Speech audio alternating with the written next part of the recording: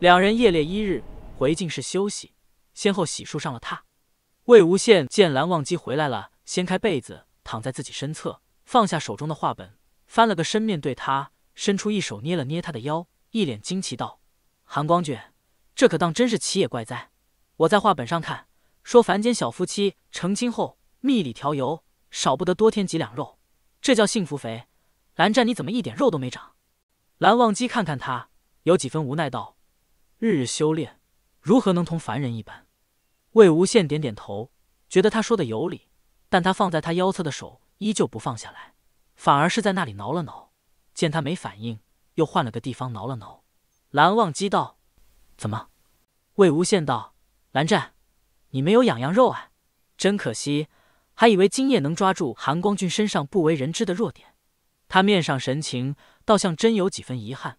蓝忘机抬手伸向他的肚腹，道：“你呢？”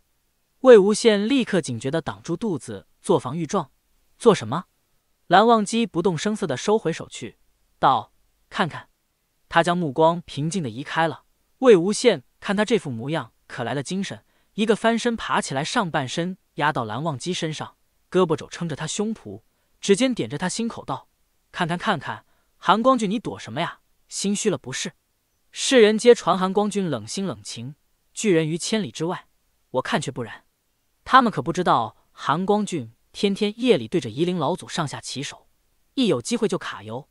啊，我突然忘了，当年谁说的不喜与他人触碰来着？”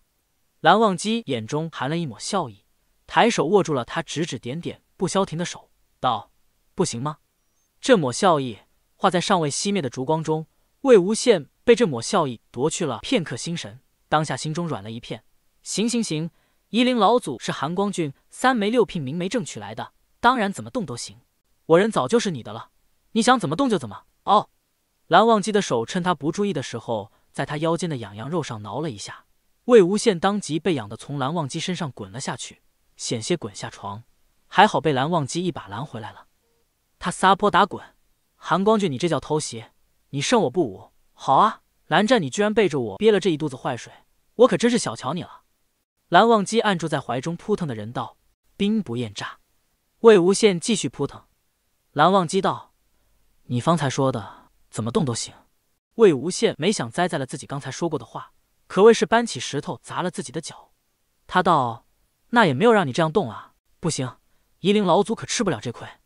来来来，蓝湛你先别迷糊，咱俩下去大战300回合。”魏无羡做事要推他下榻，奈何推不动。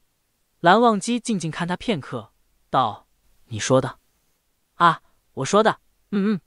蓝忘机借着这个吻，顺势翻身将他压倒身下。魏无羡的手早已不知何时缠住了他的脖颈。一吻毕，蓝忘机抬手附上魏无羡的一只手，与他十指相扣，道：“你说的。”振臂一挥，蜡烛熄灭了。如果你喜欢我分享的小说，请点击订阅频道，欢迎在视频下留言，你们的观看是我剪辑影片的动力，感谢您。